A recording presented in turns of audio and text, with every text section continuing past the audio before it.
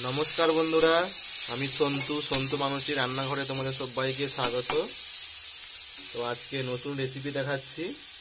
তো করলা দিয়ে লাল লোটে শাক ভাজা। তো করলা আমি আগে থেকেই কড়াই তুলে দিয়ে ভেজে নিচ্ছি তেল দিয়ে নুন হলুদ মাখিয়ে। তো এখানে যে লাল শাক দেখতে পাচ্ছ বন্ধুরা, লাল লোটে শাক। তো করলা দিয়ে এই লাল লোটে শাক ভাজা খেতে খুব ভালো লাগে। তোমরা ভিডিওটা অবশ্যই শেষ পর্যন্ত দেখবে।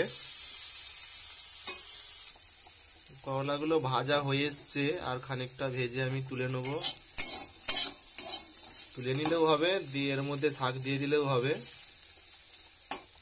তো দেখো বন্ধুরা, ভাজা হয়ে গেছে করলাটা। এর মধ্যে আমি এবারে শাকগুলো তুলে দিচ্ছি।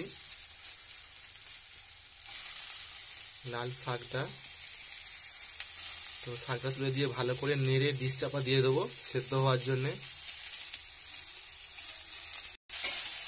তো দেখো বন্ধুরা, খুন্তি দিয়ে ভালো করে নেড়ে নিচ্ছি এটাকে, দিয়ে ডিশ চাপা দিয়ে দেবো। আবার ডিশটা খুলে আবার একটু খুন্তি দিয়ে নেড়ে দিচ্ছি, নাহলে তোলায় ধরে যাবে।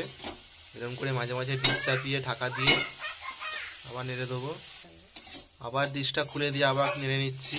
তো বন্ধুরা, লবণটা আমি লাস্টে দেবো এতে, ওরা নুন দিলেই শাক থেকে অনেকটা জল বেরিয়ে যায়। তো সেই জন্যে লাস্টের দিকে আমি নুনটা দেবো। তো দেখো বন্ধুরা, শাক ভাজাটা প্রায় হয়ে এসেছে, আর কিছুক্ষণ ভাজবো এটাকে। ভাজলেই আমার রেডি হয়ে যাবে রেসিপিটা।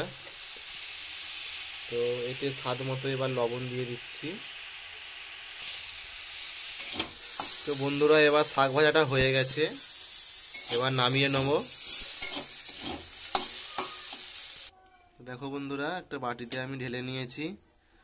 তো করলা দিয়ে নোটে শাক ভাজা, লাল লোটে। তো খেতে খুব ভালো লাগে, তোমরা বাড়িতে এভাবে বানাও, খুব সহজ একটা রেসিপি।